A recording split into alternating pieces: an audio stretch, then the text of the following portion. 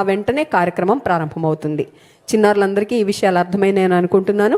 మీ అందరు కూడా విలువలతో పెరగడం అనేది మీరు గమనిస్తున్నారు. ఇప్పటికే మీరు పాటిస్తున్నటువంటి విలువలు చాలా గొప్పగా ఉన్నాయి.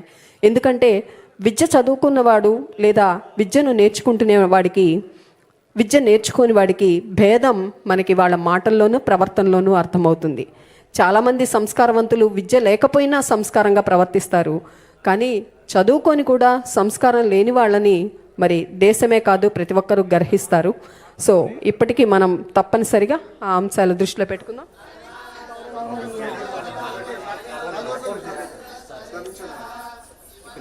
పాఠశాల విద్యాశాఖ కార్యదర్శి గారు ఇచ్చేశారు, అలాగే కమిషనర్ గారు ఇచ్చేశారు, అలాగే స్టేట్ ప్రాజెక్ట్ డైరెక్టర్ గారు ఇచ్చేశారు, గౌరవనీయ మంత్రివర్యులు మానవ వనరుల అభివృద్ధి శాఖ మంత్రి వారు గౌరవనీయులు శ్రీ నారా లోకేష్ గారు విచ్చేస్తున్నారు.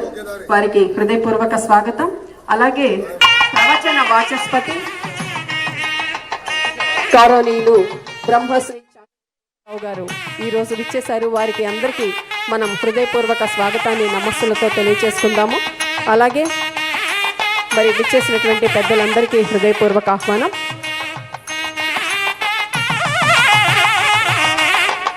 వారిని వేద మంత్రాలతో పూర్ణ కుంభంతో వేదిక మీదకు స్వాగతం తెలియజేశాము. వారు ఆసీనులై ఉన్నారు. మొదటగా వారికి ఒక చిన్న స్వాగత నృత్యాన్ని ప్రదర్శించడానికి చిన్నారులు విచ్చేస్తున్నారు.